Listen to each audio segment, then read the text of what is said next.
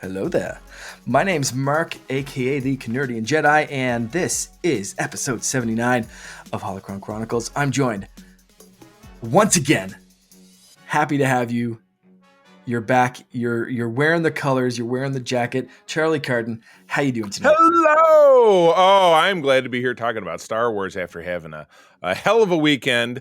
Mark and I were talking in the B-roll, I very suddenly lost my job, which I didn't expect. And then we found out we had a leak in our dishwasher through the floor because I was getting dripped on while I was doing laundry. I'm like, what the hell is that? And then I'm running around the house. I'm getting ready to go out and do some errands. So I'm outside and I'm about to leave. And April says, come back in here for a second. She said, you will not believe this. I was running the garbage disposal and the top of the faucet fell into the garbage disposal and was shredded. No. The good April had bought a new faucet and everything. We need a plumber to install it, but we hadn't get around to calling. So now we have somebody coming out. And then the coup de grace, a TV that our mutual podcast husband Todd Oxtra recommended that I buy at the end of 2020, which has always been a piece of crap, just shut off in the middle of the show. I'm like, oh, that's weird. Did I stomp on the remote or something? Turn it back on, and it gave a weak startup image for 2 seconds and turned off. Repeated the process 10 times. So this is the beauty of living 10 minutes from a Best Buy. I jumped on. I grabbed my credit card. I found a 65-inch Roku TV. The Super Bowl is coming up. The Super Bowl, here in the United States. Yep. Got a new TV and a 5-year warranty for $500. And it's a Roku TV, and I have a Roku stream bar, so I put the two of them together. It's so seamless there because the old TV just tend to lag. And if you were in Disney Plus, speaking of Star Wars, if you were in Disney Plus and did a back button or the colors would totally flip and you'd have to restart the unit. It was always a mess with that TV. So I'm super enthusiastic about this new set. So while doing a job hunt, I've turned a little more attention to my side business, which is I broker toy sales for some friends. I had oh my gosh, we have a special visitor. Special guest appearance. Hey, from buddy. Finn. How are you? Say hi. Say hi. Hi, buddy. You doing all right? I bet you're supposed to be in bed. Did you escape, Mom? You're supposed to. Yeah, he escaped.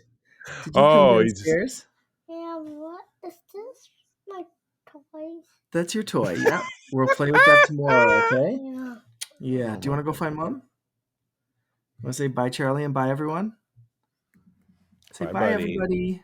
Bye. You need sleepy time. Oh, there you go. Bye, buddy. Oh, there we go. Special Holocron appearance from Finn. Yes, for your special guest, that was one of your last Patreon segments was your in-depth interview with your son that somehow was like 13 minutes. Yes. But what's interesting, it's been a while since I've been on my now no longer hectic work schedule. Made it so I missed a bunch of episodes, but I'm glad to be back, in particular because I've been on a personal kind of Star Wars journey lately. I got back into the Marvel comics, which I'll talk a little bit about in our main segment here. I went on, and I talked about this over on Secret Wars, I went on a Mando kick because I'm like, man, what would really make me feel great is watching Luke Skywalker chop up those Death Troopers. Mando, season 2, episode 10. And then from there, I kept going. I watched Mando season 3 again, which I'll talk a little bit about later on in the show. And then I flipped around. I watched the beginning. I went back and watched Book of Boba Fett, and I'm going to jump into to Andor. Here right.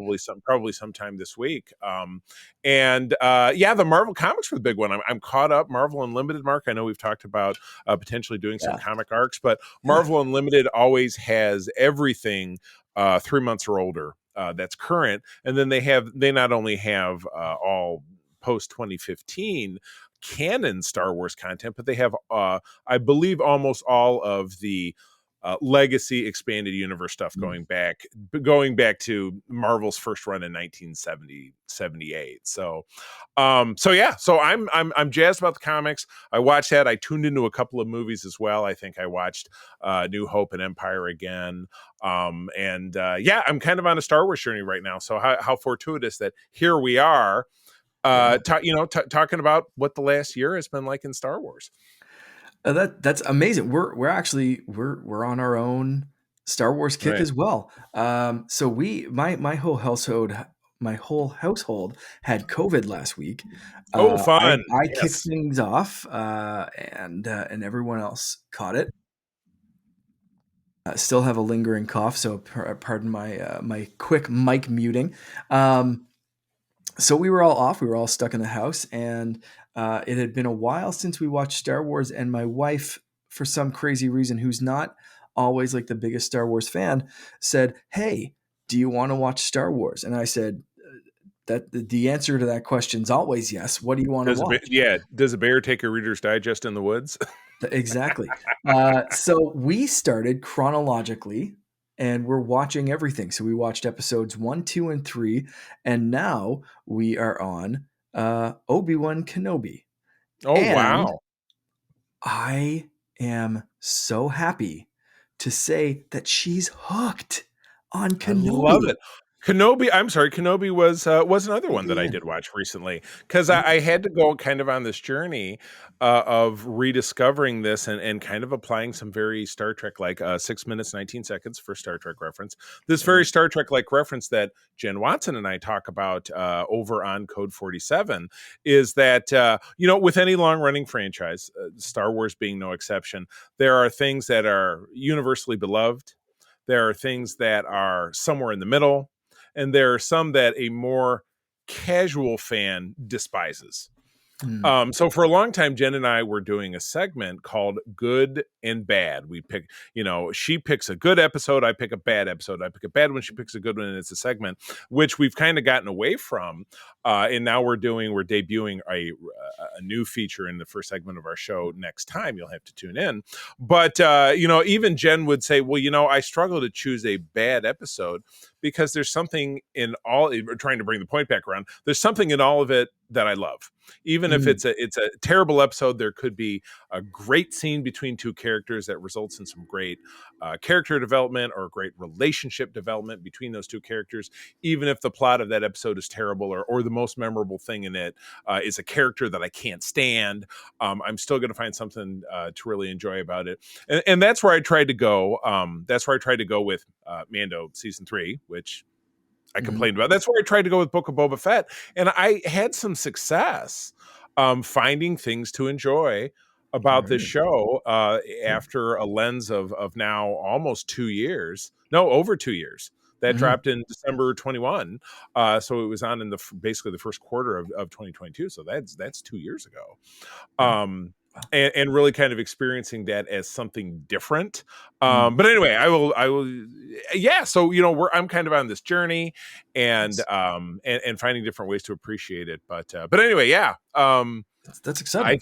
I think we went way off book in not giving, if I might, where we kick off every one of our shows, which is talking about our fantastic Patreons. Over on patreon.com/secretfriendsunite, you will find a bevy of great original content. I'm still looking forward to reconnecting with you, Mark, and doing some Patreon content. I know that it's coming, but if you tune in there right now, Mark does have a lot of standing content that he's done.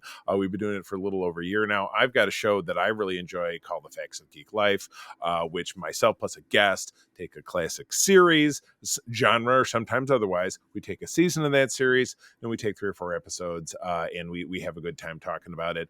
Todd and I do a great comic book show called Spinner Rack, and there's just other little kind of fun things and little projects that we do in there.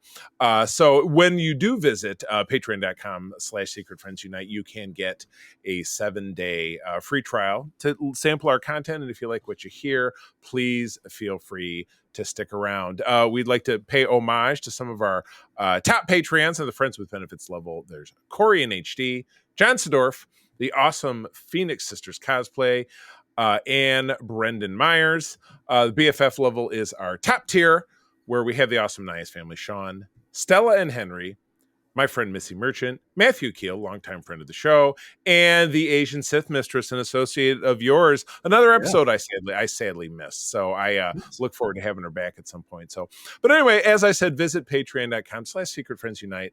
Give us a try.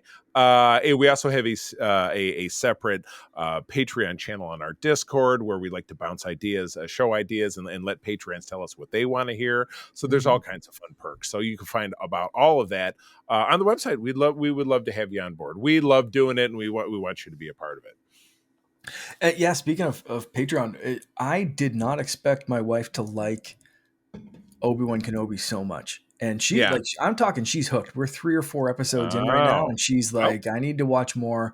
Didn't want to go to sleep last night. It's like way past bedtime kind of thing. Like, got to work in the morning, and she's like, can we do one more episode? I'm like, it's like 1:30, dude. I'm going to bed.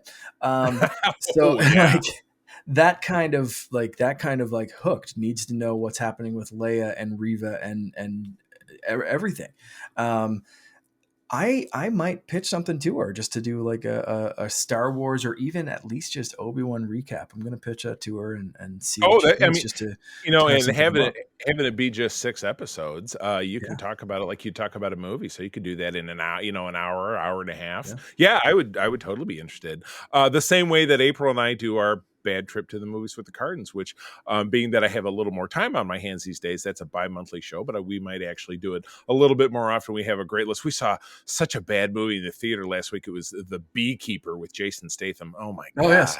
Yeah. Wow. Spectacularly, like single digits, I'm sure, on Rotten Tomatoes if you were to evaluate it. So, but we have a schedule. I think our next movie is 2021 Snake Eyes, which was a particularly painful one for me, being such a big G.I. Joe fan. But we may do that sooner rather than later.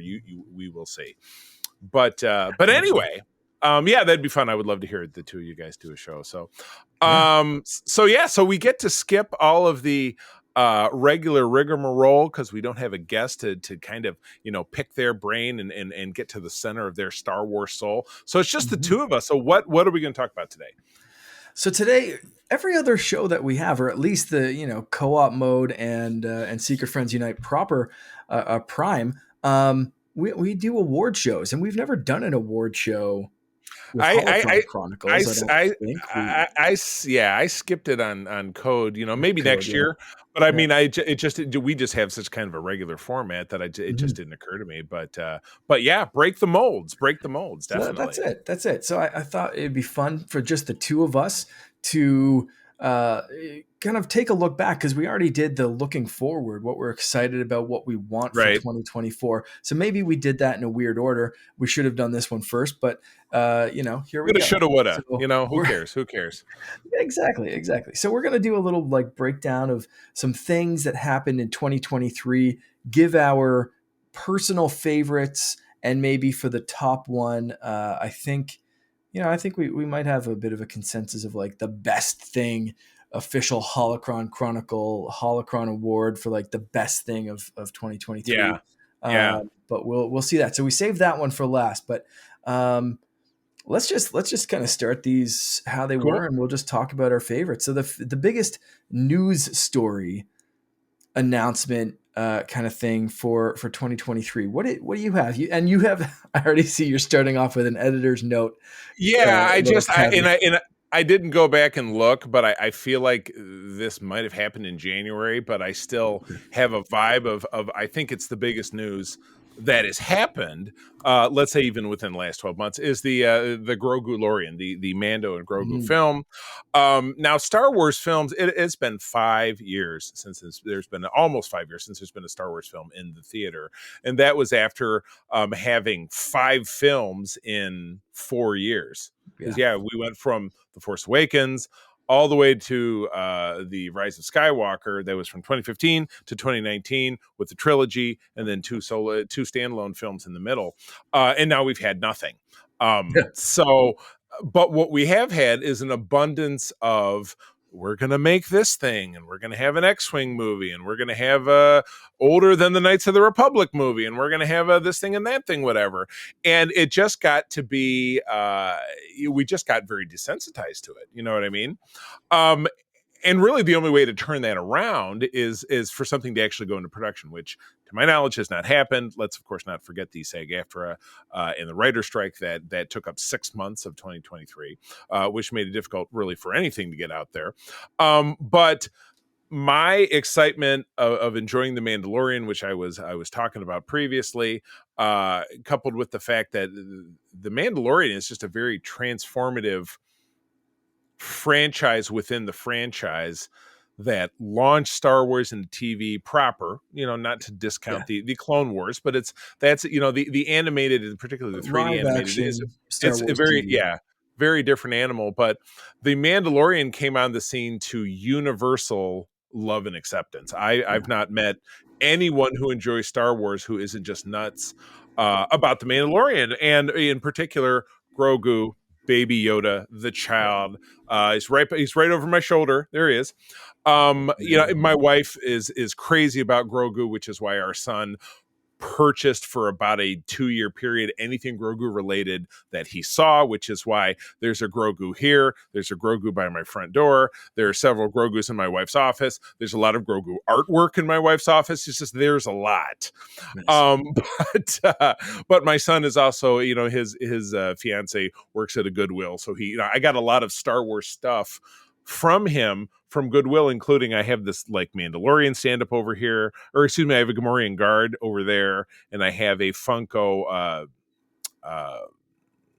the Dewback, and then I have a Funko Luke on a Tauntaun that I have upstairs next to a framed cover of the cast of Star Wars from that Hoth scene, and where they're all standing together in Empire Strikes Back is a variant cover of I think Star Wars 2020 issue 1. So I have now totally lost the point. I was talking about Grogu. So anyway, I don't know anyone who doesn't enjoy The Mandalorian. So thinking about the fact that the 3rd season of The Mandalorian, which I will talk about later on, didn't really inspire a lot of people's imaginations. Because it turned into me, certainly at the time when I was watching it, and it came out a little over a year ago, because I know we watched the first episode. It was when April and I were on the cruise. We watched it on my iPad in our little cabin.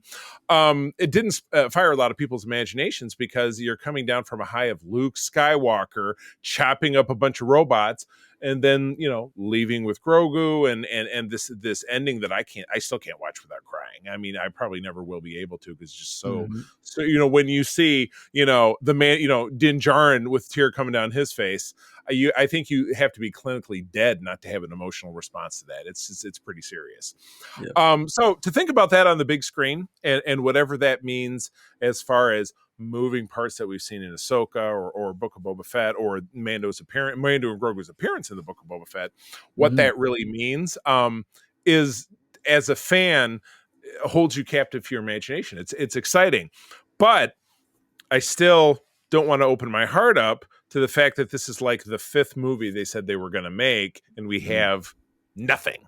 So when I get a news report that says it's actually in production, when you see a production still, when you see leaked photos from a telephoto lens from 3 miles away of a puppet of Grogu, that'll be a different level of enthusiasm, but for now, I would say definitely within the last 13 months, this is the thing that excites me the most about Star Wars. And I just looked it up. It is January 9th was the announcement, but I'm come gonna on, count it. I'm going to count it. It's that counts. 100%. Yeah, that it counts. Totally counts. And for me, this is a little bit more exciting and real as far as my hype level goes. Like you said, there's so many canceled projects. There's so many things that we've had, and they kind of announce it too early. They jumped the gun a little bit. This one, because the team works so closely on other things, we've got Filoni, we've got Favreau, they are kind of this brain trust of like you said, kind of reinvigorating Star Wars for a lot of people. I don't think this is going anywhere. I don't think they're going to just be like, hey, Filoni, you're out. Or, like Yeah, there's right. something crazy, drastic happen before that would, come to pass. So this one for me, of all of the movies, of all of the announced projects and stuff like that, this one, yeah, 100% is like the most real to me. Mm-hmm. Um, Mm-hmm. so I totally hear you on that one. For me, I did go back I picked something a little bit different, but very related. Um, and that's Daisy Ridley coming back. I didn't see that one coming. I thought kind of, the way they were announcing movies, the way they were looking at things, it seemed like they were moving away from the Yeah. Yeah, Skywalker big time. saga, from anyone that had anything to do with the Skywalkers, or those 9 movie kind of, that 9 movie kind of bundle, the sequels, the prequels, whatever. It seemed like they were moving away. So I thought the next group of movies would probably be a time jump. Okay, it's Mm-hmm. 100 years in Mm-hmm. the future. Rey's dead, but here's the Jedi Order that she started, or Right, this right. like that kind of thing. I kind of expected that. Didn't want it. I liked the sequel characters, and I'm very happy to see Daisy coming back. And I've heard different interviews with her up until like a couple of days ago, Mm-hmm. saying she's excited, the script's excited, or exciting to The her. script is exciting. The Oh, I'm a script, very the excited script script. is Watch me. exciting. Yeah, and she feels more mature now. She feels a little bit more ready to tackle something, and not jumping on something just to come back to it. She was pitched this and she thought it was exciting enough to come back. She was very hesitant, and I think rightfully so. Like, Star Mm-hmm. Wars Oh, fans are Star sure. Wars fans. And Right, right. right, so it's it sounds like it's not something she's taking lightly, and not something that she's just like going after for a paycheck or anything like that. It seems like she's genuinely Got interested in the story yeah, that they have to real tell. passion. Yeah, yeah, that's And awesome. it just, that to me is exciting to continue that on. I'm looking forward to hearing more. But like, as far as the news, like surprising biggest news story to me, that was definitely up there. Yeah, most def. Um, Awesome. yeah. Awesome, So awesome, let's awesome. let's go favorite fandom moment.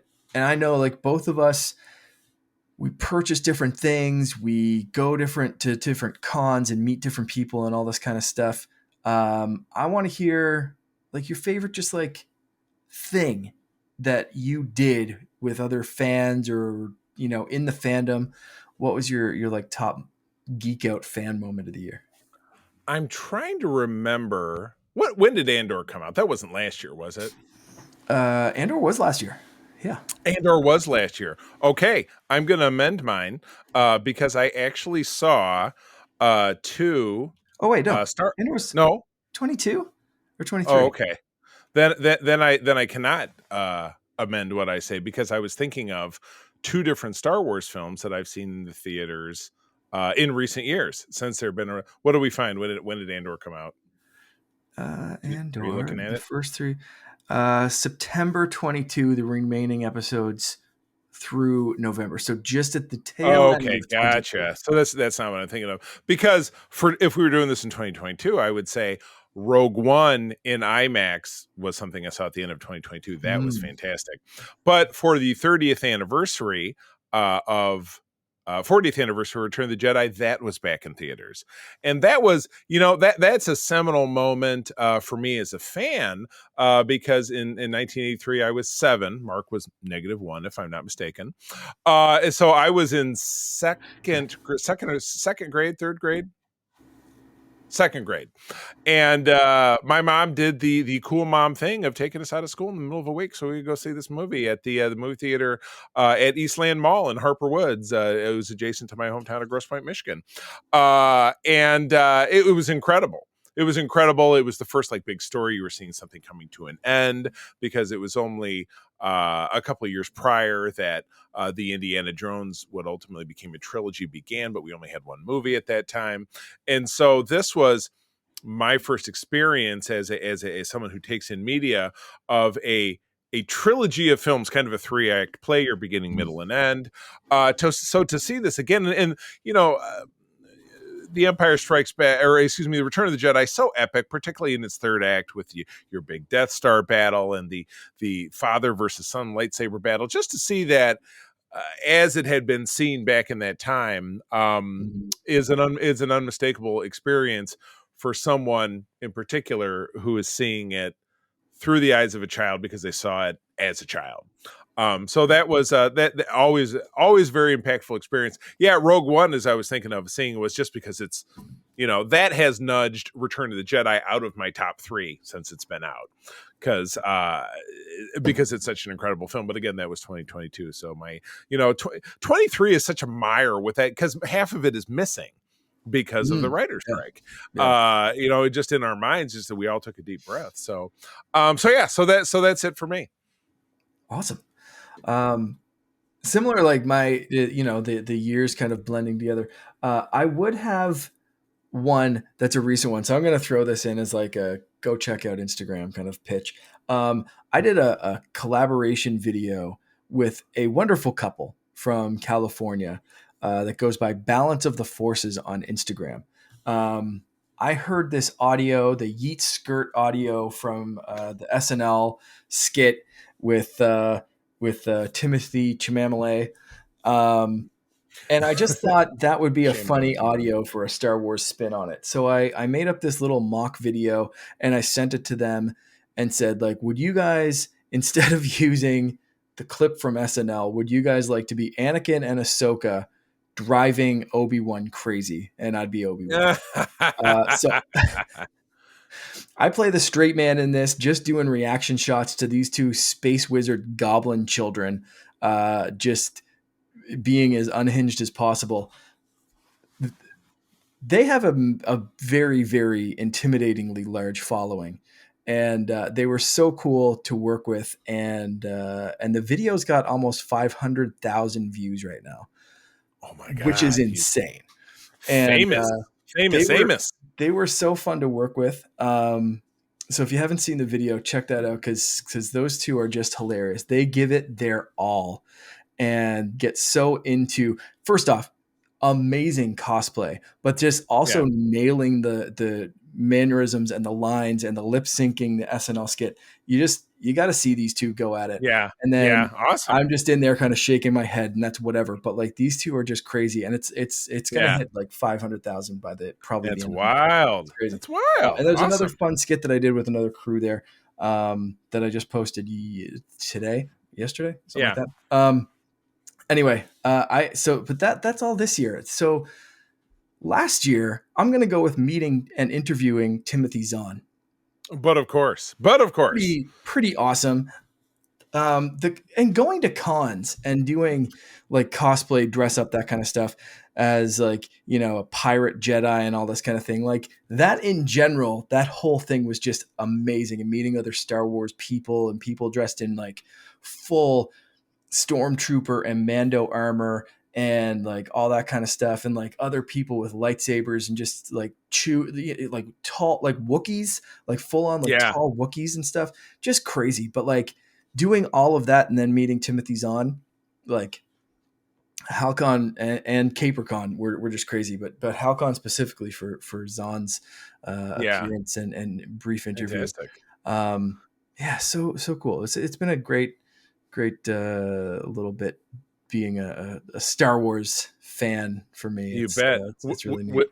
With so much more to come. So excellent. All right, we've talked about this a couple of times. I want to get this one out of the way because then we got some great stuff to talk about. But first, yes. Biggest letdown of 2023. I think you alluded to it. Let's hear it. And I did. In a lot of ways, it's kind of no take backs, but I'm kind of taking it back a little bit because I already mentioned, we're now a year out from when we got Mando season 3, and it was it was the I don't want to call it senioritis because it wasn't the fourth season, but it wasn't a sophomore slump because the second season of Mando was so powerful and it gave us one of Star Wars' most powerful moments, Luke Skywalker and and Grogu going off with him, which got undone by the Book of Boba Fett, and we don't need to get into that. But the season as a whole felt kind of aimless when I watched it the first time. I thought, well, they don't really have a direction.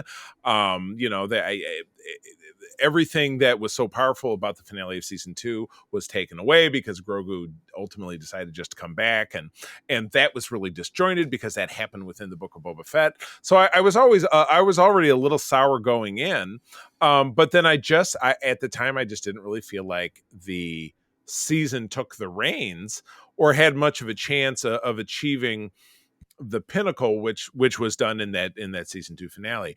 That being said, again, as I had mentioned, doing the rewatch through, I watched it, a year later with a different eye and simply tried to embrace, like Jen Watson and I talk about over on Code 47, finding great moments within a season where maybe the episode's kind of a duffer. You know what I mean? Like, oh, Pirate King, Swamp Thing or whatever. It's like, okay, well, I don't really care about that. But I do care about the climactic battle on Mandalore where, you found out that this was Moff Gideon's endgame. He's set up there. He's mining the Beskar himself, and he's got Beskar troopers and this epic, blast, shootout that happens within the last 2 episodes. And then finally seeing, an Imperial light cruiser get plunged into a mountain and everybody that it killed. It was spectacular. To watch it in that regard and say, hey, you know what? I can take this piece here and enjoy this, and I can not be entirely hateful or comparing it, because comparing it really does become such a losing endeavor, because then it pinions your ability to really enjoy things. You're like, well, that's not as good as this. The book was better than the movie. Who cares? Why not just enjoy what you can enjoy? And much like with life, good days, good mood, bad mood, you know what I mean? 5 seconds of happiness here, 3 hours of misery over here. Try to have some fun with it. So I found a way to have some fun with Mando season 3. But when I did watch it in 2023, I was like, it just wasn't happening for me. So I was let down because I had a hard time accepting they couldn't find a way to just go with the momentum that we had at the end of season 2. And being soured by the Book of Boba Fett, which even in a rewatch, when I pick it apart, I find something here, I find something there. But yeah, at the time, definitely Mando season 3. Yeah, for sure. And I get that. And and I have rewatched it as well. Not quite as recently, but I went back and kind of looked at it from a lens of like, what is this? You know what I mean? And I think I do that with a lot of movies and stuff too, of like, what are they trying to do here? What is this? And a lot of times it is better on the rewatch. And Mando season 3, when I really thought about it, I thought about it in a lens of like, this is what has overarching Mando been about? And at first it was not really accepting the fatherhood role. He wanted to get this thing back to its people, off whatever. Right. That was the first little bit. And then kind of accepting more of like a guardian role. Okay, I guess I'm a glorified babysitter. This thing's my responsibility until I get it back to its people. That's kind of growing into the fatherhood role. And then so season 3 for me was like accepting and embracing that fatherhood role and not wanting the glory. So it couldn't have been as exciting because Din didn't want the excitement anymore. He wanted, you want the Darksaber? Here, please take it. I want to go retire with my kid. I want to go and just do, chill with my little green buddy. And that's what I want. So when you view it through the lens of him trying to just accept that and his evolution from the guy who's chasing excitement to the guy who's settling down to raise his son kind of thing, it kind of naturally had to slow down, which is disappointing when you're expecting like Right. something to top Luke Skywalker coming back. And I don't think they handled it quite as well as they could have, especially with the Boba Fett stuff in between. But when I watch it through that lens of that's Mando's end game in this, is that happy retirement kind of thing, and Right. being able to Right. sit down Yeah. and how his priorities shift. That evolution becomes a little bit more of like, oh, I get what we're seeing here, and we're seeing who he's, he still wants people to succeed and the galaxy to be safe. So he's setting up like, okay, I'm going to make sure Bo-Katan's doing this so my people and this can be safe, and I'm doing this, this, and this. So like Grief can have, a solid place there. But like, he just wanted to retire. So Yeah. Right. I'm not everything even. I'm not even supposed to be here today. Yeah. Exactly. for sure. So that being said, that is not my choice. My Yeah. choice is a little bit more out. Not something that we were promised, not something that we saw. It's something that I didn't get, and that is Cal Kestis in live action. And if you Yeah. remember the podcasts through last year, Yeah. every single project that was announced, we were like, hey, what do you want for the next Bad Batch? Oh, I'd love to see a young Cal Kestis. Cool. What do you want for Obi-Wan? Oh, man, I'd love to see Cal Kestis. Like, what do you want in the future? It's like Cal Kestis should be on the side of a milk carton, is what you're saying. Where is Cal That's it. Kestis? We're in live action or somewhere outside of a video game, and they even went in Obi-Wan, they even mentioned the hidden path, and that plays in to some of the stuff in Jedi Survivor. So it's just like, we were almost there. We were almost there. Just call Cameron Monaghan. Get him in. He's great. Right. Just do And that. they had him at Celebration, didn't he come out and he was like, Yeah. hey, oh. Yeah. Yeah. Just keep He's jerking awesome. He's in. it, keep dragging it along. I didn't want to say keep jerking it along, but just keep dragging it out. Yeah. He was in Celebration. He was in one of the Galaxy's Edge, like in Batu, to launch the Cal Kestis lightsaber, and did the posing Yeah. and stuff in front of the Falcon with the lightsaber, like his lightsaber. So it's like, it's there. He is the character. He's embracing it. He wants to do it. He said something like, "Oh, we're focusing on the video games," but like, he's ready to go. He's in Yeah. there. Right. So I still want to see him in live action, and the I fact that hear we you. didn't, and that they addressed it in Celebration, and it was kind of like I don't know, Disney hasn't really called. We're just making games right now. It's like, You wanted it to be a answer. fake out, like, and here I am. Yeah. Yeah. That's Right. So that was disappointing to me, because I just he's done such a great job with the games that I think, bringing that in, and then so that was a disappointment. But then seeing Ahsoka bring back so many things from the animated series and address those, not only with the Anakin stuff, but like the Asajj name drop, the training video, yeah. just all that kind of stuff that we've seen, even the Clone Wars, like the flashback scene and all that kind of stuff, like bringing back that. So like, we're doing that cross media stuff happening right now. We're finally seeing it. Here's another one. And you got an actor that looks like the character because you based it off of him. Like, it's Right. zero effort. You don't even have to make up the guy. Like, just put him in a poncho, give him a Disney lightsaber, and send him to the friggin' volume. I tell you, putting peoples in ponchos has been Star Wars fashion since 1983. You can get away with it. It works just fine. Oh my goodness. Well, yeah, I was going to say the writer's strike didn't help with anything, but again, if this is, if they describe, I'm not a sports guy, but as they describe as a rebuilding year for a sports team, potentially that's what 2024 is. Got some momentum. We've got some things that are actually going to be produced. So hopefully we won't have these kind of disappointments moving forward in this time next year when we're talking about 2024. So anyway, so let's leave disappointments and letdowns in the past. Like you said, in 2023, leave those. 2024 is going to be great, but also 2023 had some great surprises. What is something that, either an announcement that just like caught you off guard, a show you didn't expect to like, something you just didn't expect to get into or do, that just like you were just, this is a great surprise in Star Wars for 23? What happened? I've always had such a willy-nilly relationship with the Star Wars comics. it's the genesis of my love of all comics. I mean, you see everything. If you're watching us on YouTube, you see everything behind me. Comics and genre have always dominated my life. But my very first comic I ever picked up was Marvel Comics Volume 1, issue 65, which I have a frame copy of in the upstairs in my house. And I got it at the Notre Dame Pharmacy in Grosse Pointe, in the Village in Grosse Pointe, my hometown. And so I've always loved that. That series ran from 1977 to 1986. So I was 10 when it ended. And then Marvel didn't have the license. A lot of years went by. And when the Disney purchase happened, Marvel started essentially volume 2, or we'll call it volume 1, because it was beginning of what was actually considered canonical. And it started telling the story between episodes 4 and 5. And it ran for 75 issues. So essentially, you could imagine that it was the 3-year period that we know was between those two films canonically. Then Empire happens. Volume 1 ends in order for Empire to happen.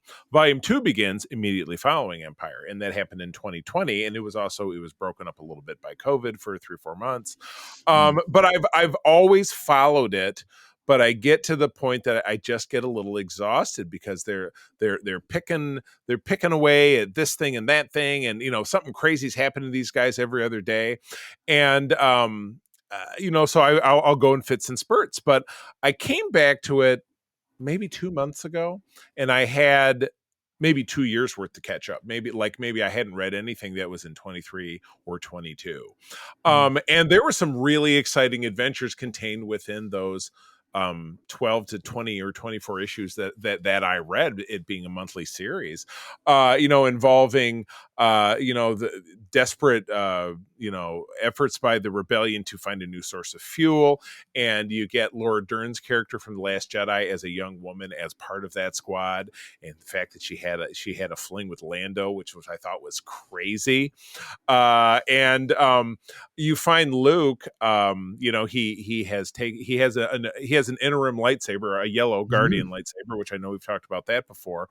But it's damaged irreparably, and so this is tilting us in the direction of the fact that he is going to have to find a new kyber crystal, which ends up obviously being a green one, because then we get his classic Return of the Jedi green saber.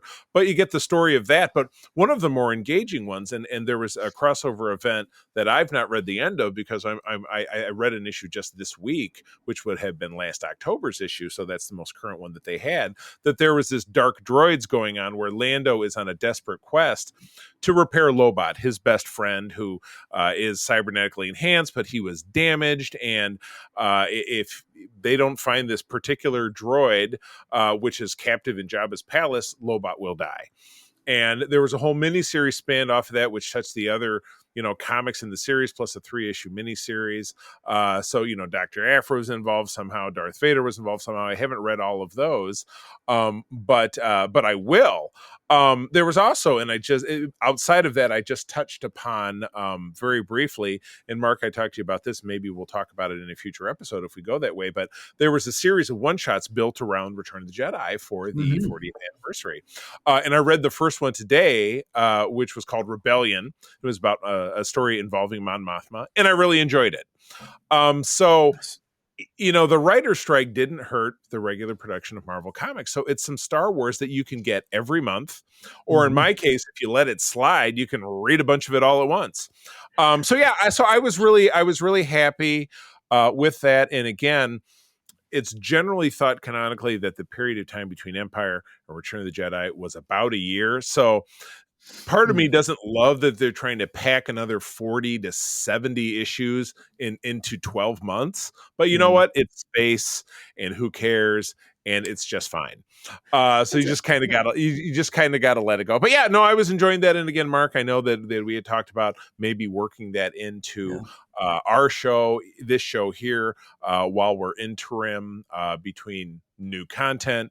We've done similar things over on Code 47, and again, we have a new segment where we're picking we're doing a D20 roll to choose an episode from a series, and then doing a deep dive into that single episode. We'll start that when we record this weekend, so you'll hear it next week. So we're kind of excited about that. But yeah, that's me. Awesome.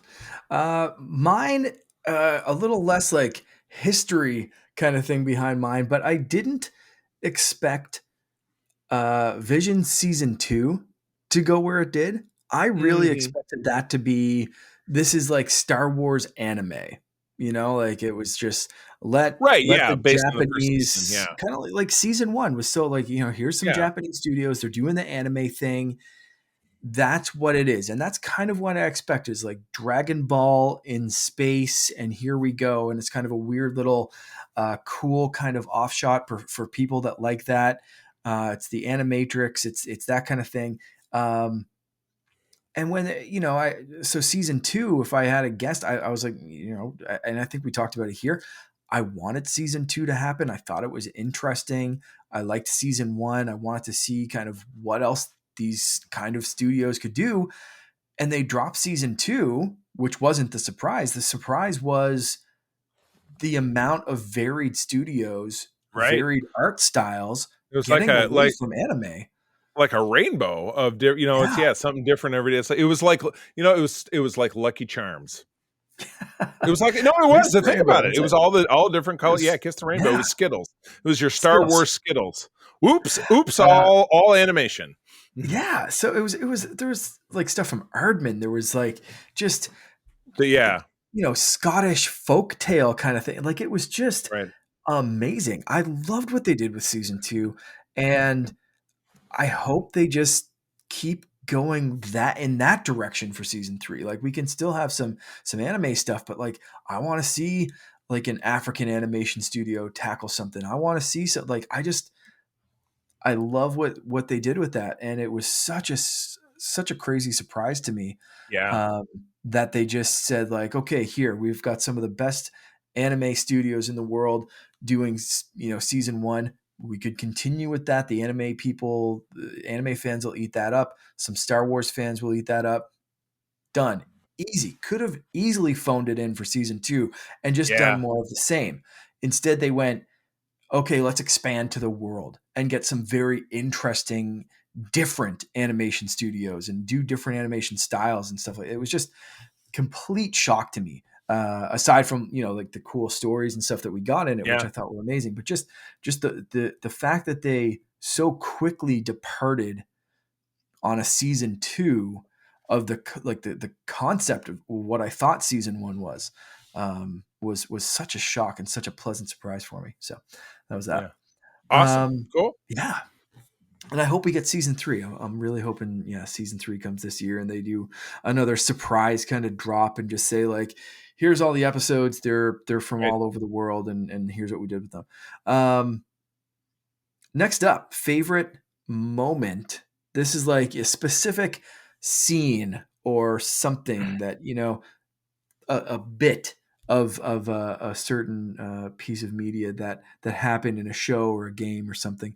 I threw games in there because you'll find out in a second. But what's yours first off? Yeah, I hear you. Well, mine more overarching was about Ahsoka and thinking about Anakin, but the great moment was at the end of her, her apparent falling off a cliff, and is she drowning or what's going on? And then she is in that space at the end of episode 4 before we go into episode 5, where she has the this is your life kind of moment, where we get to see and then spilling over again from his appearances in Kenobi in 2022, of seeing the vindication as both a character and an actor, starting from that moment as Hayden Christensen as Anakin Skywalker, and then and seeing his moment or moments as progresses. He becomes the Obi-Wan to Anakin's Luke, Mm, giving him silent guidance and being just kind of off frame, like, I'm here. I mean, I really, and everything that really happened within that 5th episode, where he's giving her light and life and everything, uh for as reviled as, unfortunately, and I know he's one of your soul brothers, he's Canadian, but as reviled as part, Hayden Christensen has been poked apart for everything that happened in that prequel trilogy, and the genius of Papa George. There was just so many key great moments of where that character can go, and what was touched upon in episode 3 of the film, that I felt there was some vindication that happened within moments for Anakin. within Ahsoka. So yeah, he was my favorite moment of a person within 2023. Absolutely, yeah.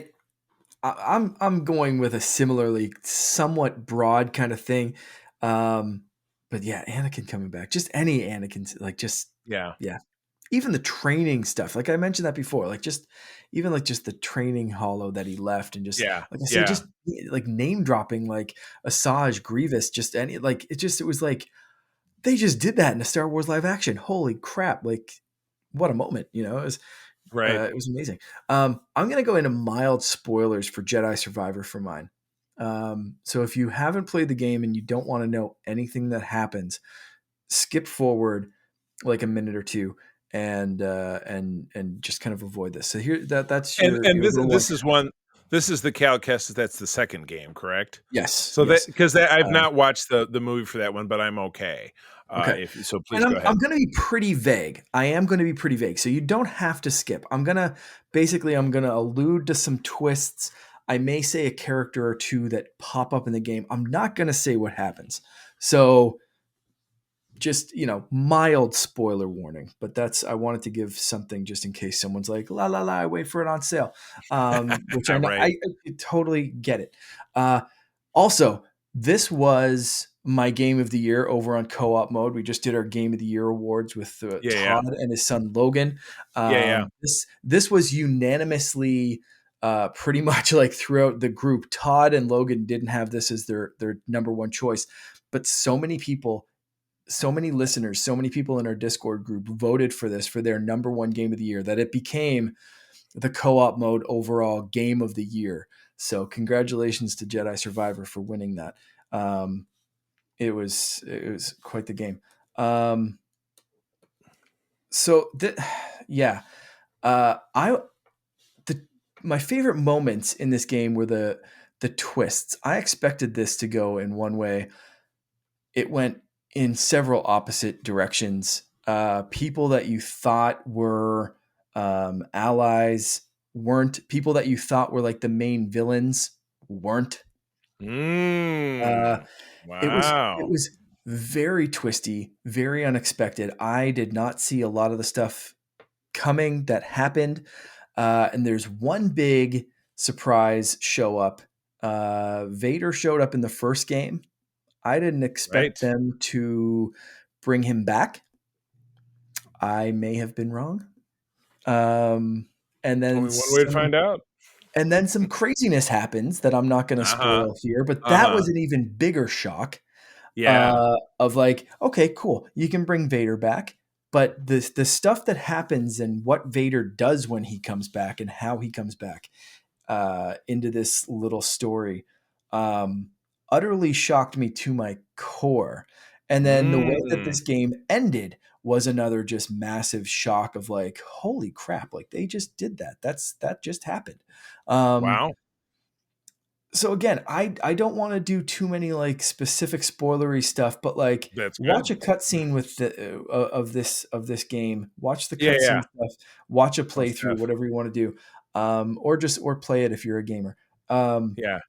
Because I don't want to get more spoilery than that. But like Darth Vader, yeah, he shows up and some stuff happens, and even the trailers for this game kind of made it seem like a certain person was going to be like the big bad. And it was the guy coming back from. We all saw this guy from the High Republic Yeah. that came back, and he looked like a Jedi, but maybe he was going to be bad. And Oh boy. and he was a foil for a bit, but like not the main thing that happened in that game. So it was like And then just and then he and holy then he crap. un and then he unfoiled. Oh my. Yeah. So just a fantastic game that just improved on all the aspects of the first, but the amount of twists and turns that they threw in there um, were just fantastic. So I hope that the third game happens sooner rather than later, because Yeah. this Awesome. is just a team that just knows exactly what they're doing and where they're going, and storytelling just fits right in with everything else in the Star Wars universe. It's great. Sweet. Awesome. Yeah, no, Okay. I look forward to watching it. All right, the denouement, the The big big finale. So this is just our favorite show. This would have been like favorite movie. I was gonna even throw in favorite game, but I don't want to do Jedi Survivor. I think that's too Right. predictable for me. So I narrowed this down to favorite show um, in 2023. What was yours?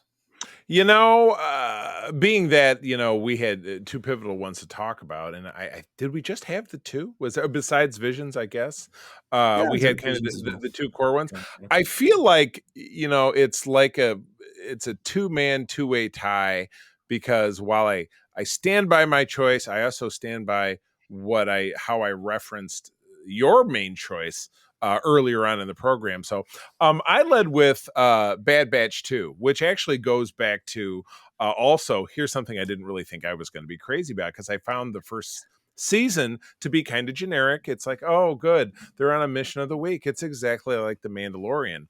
And you didn't really feel that there was a lot going for it that set it apart, where season 2 really started to change that because you saw our group of little clonelings, our Bad Batch, our 99ers, really start to branch out and become individuals. There was a deepening mystery about Omega and what is she all about? What does it really mean? And then it ended on a pretty spectacular cliffhanger with the main character clearly falling to their demise. And I wouldn't imagine anybody who is listening to this has not watched. I would be surprised, but I don't really need to drill too deep. And this is the first piece of Star Wars programming that we're getting in 2024, which will be the third season, which we get in less than a month. We're getting that on Feb 21. So we will be hammering hard on that. Actually, that is the episode I will miss your next recording because April and I will be on the Star Trek cruise. So Right. sorry, Yeah. but I'm glad to be back for right now. Yeah. But then I'm and again reading ahead. Sorry to steal your thunder. I was also so deeply involved with Ahsoka.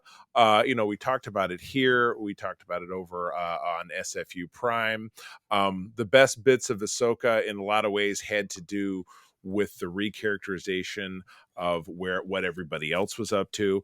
Spending time with Doctor Who as Huang, the training droid, was awesome. Getting to meet Ezra as an adult and as a live action person was great. Same thing with Lizzie Borodillo's portrayal of Sabine Wren was awesome. And almost in some ways better than Ahsoka herself. But it all really came together and set the table for you. Didn't necessarily think it was going to be all wrapped up, nice and neatly in a bow, which of course it was not. And I'm sure anybody listening here has also seen that program. And that it set the table for things yet to come. So, So I my short answer is that I'm going to mirror what you said slightly in reverse. So now that I've destroyed your chance to come on strong, why don't you go That is ahead? okay. And I could have I could throw another twist in there because the notes are the notes are made up and the points don't matter. To Yeah, paraphrase whose line is it anyway? I could yeah, throw in Jedi Survivor is my thing of the year and just change it right. on the fly to say it's not just But shows. I again, don't care. But and it could be considered a show because you just said go watch the cutscene movie. watch it. Yeah. It then becomes a Um, show that I'm watching on YouTube. It's a show. and you said it was only the two, but we did have Mandalorian season 3 Right. to You contend see with it? as well. You see how I blanked Um, that out? so we had that. We had Visions. There are a few Right. things that happened um, this past year. But yeah, Ahsoka barely edged out Bad Batch season 2 for me.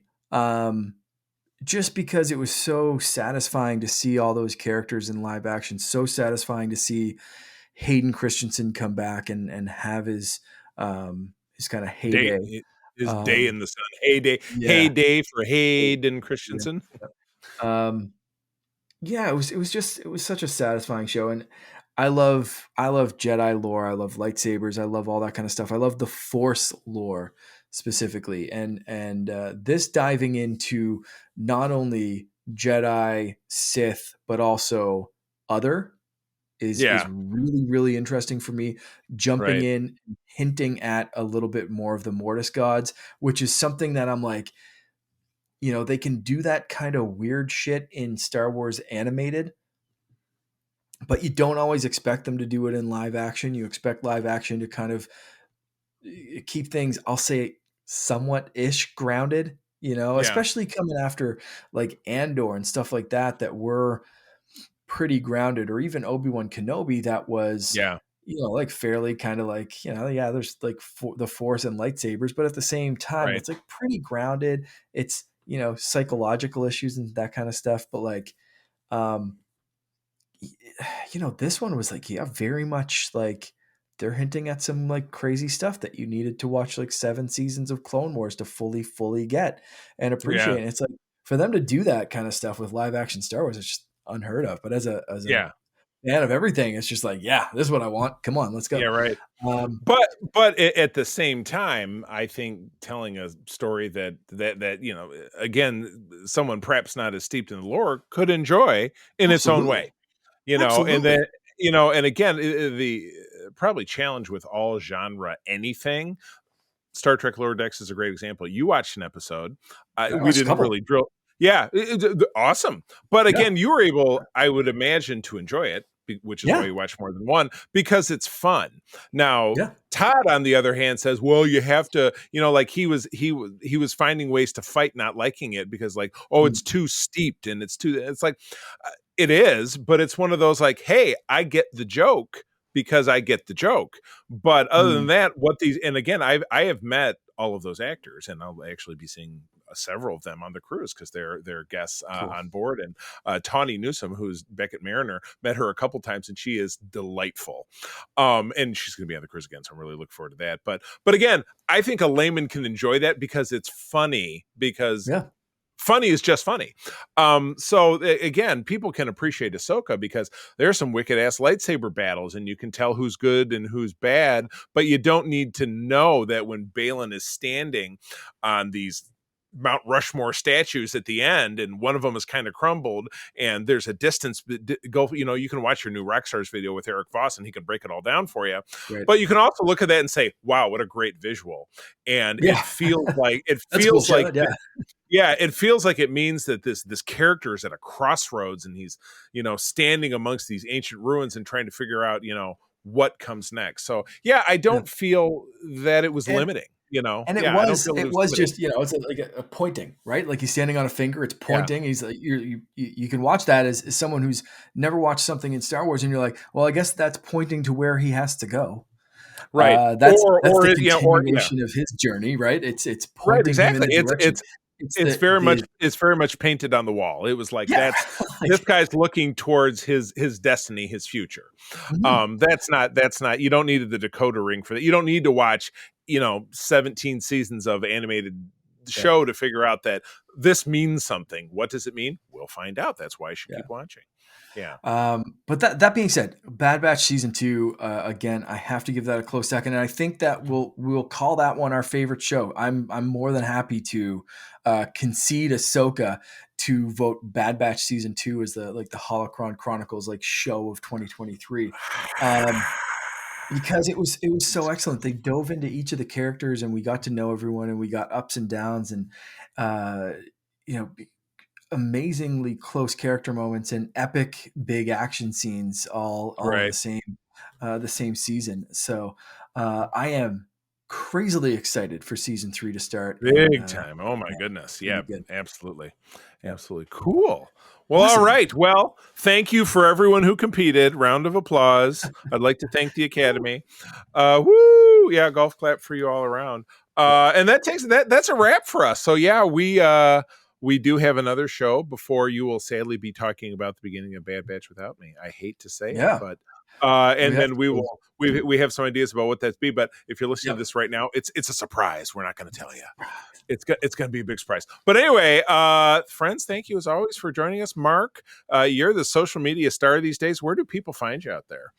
Oh, you can find me on Instagram or TikTok. I just changed everything, so I have 2 accounts now. I separate it like Star Wars stuff and video game stuff, so they're separated nicely. So if you're interested in A this man of two show, worlds. you Yeah. can follow me at Canardian_Jedi on Instagram or TikTok. Very nice. Well, I'm not that complicated. I am on Instagram and then also on Threads as C3 Carpenter. Spell it out. I don't dabble in Threads too much, but I'm playing on Instagram. But it's usually just it's usually just selfies of me doing something. It's not super exciting, but you know what? I'm working on it. Primarily, my creative juices flow into the chapter of the International Star Trek Fan Club that my wife and I run, the USS Grand Petoskey. We are here in West Michigan, but we are one of the bigger chapters in the world in this global organization. I also have the privilege of running Region 13, which is Michigan and Eastern Canada. If you're a Trekker within the sound of my voice, visit sfi.org, or certainly Google Region 13 Starfleet International, or visit the USS Grand Petoskey website. And I would love to help you find trekkers near where you live and all that kind of good stuff. So check us out. So yeah, in addition to obviously loving Star Wars as much as I do. Friends, one more time, thank you for joining us. I'm going to tell you that sharing is caring, and to keep on trucking. May the force be with you. Rex, play us out.